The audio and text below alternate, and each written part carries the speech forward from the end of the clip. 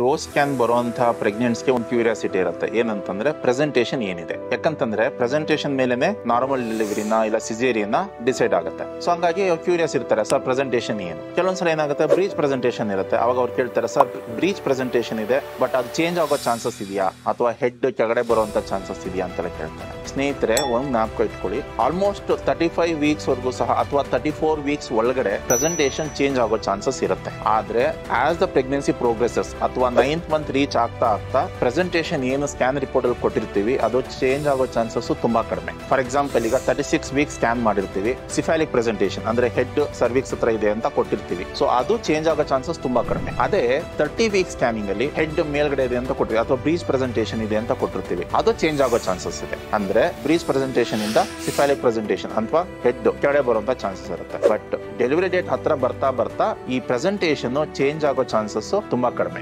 ಹಾಗಾಗಿ ನಿಮ್ಗೆ 30 ವೀಕ್ಸ್ ಅಲ್ಲೋ 28 ವೀಕ್ಸ್ ಸ್ಕ್ಯಾನಿಂಗ್ ಅಲ್ಲೋ ಬ್ರೀಚ್ ಪ್ರೆಸೆಂಟೇಷನ್ ಇದೆ ಇಲ್ಲ ಟ್ರಾನ್ಸ್ಫರ್ಸ್ ಇದೆ ಅಂದ್ರೆ ಮಗು ಅಡ್ಡಡ್ಡ ಇದೆ ಅಂತ ರಿಪೋರ್ಟ್ ಅಲ್ಲಿ ಬಂದಿದ್ರೆ ಗೋರಿ ಮಾಡ್ಕೊಳ್ಳೋ ಅವಶ್ಯಕತೆ ಇಲ್ಲ. ಯಾಕಂದ್ರೆ ಚೇಂಜ್ ಆಗಿ ಮತ್ತೆ ಸಿಫಾಲಿಕ್ ಪ್ರೆಸೆಂಟೇಷನ್ ಬರುವಂತ ಚಾನ್ಸಸ್ ಡೆಫಿನೆಟ್ಲಿ ಇರುತ್ತೆ. ಜಸ್ಟ್ ಬಿಫೋರ್ ಡೆಲಿವರಿ ಸ್ಕ್ಯಾನಿಂಗ್ ಅಲ್ಲಿ ಏನ್ ಪ್ರೆಸೆಂಟೇಷನ್ ಇರುತ್ತೆ ದಟ್ ಈಸ್ ಇಂಪಾರ್ಟೆಂಟ್. ಅದರ್ವೈಸ್ ಅನಾಮಲಿಲಿ ಇಲ್ಲ ಅರ್ಲಿ ಗ್ರೋತ್ ಸ್ಕ್ಯಾನ್ ಅಲ್ಲಿ ಏನಾದ್ರು ಪ್ರೆಸೆಂಟೇಷನ್ ಕೊಟ್ಟಿದ್ರೆ ಅದ್ರ ಬಗ್ಗೆ ನೀವು ಅಷ್ಟು ವರಿ ಮಾಡ್ಕೊಳ್ಳೋ ಅವಶ್ಯಕತೆ ಇಲ್ಲ.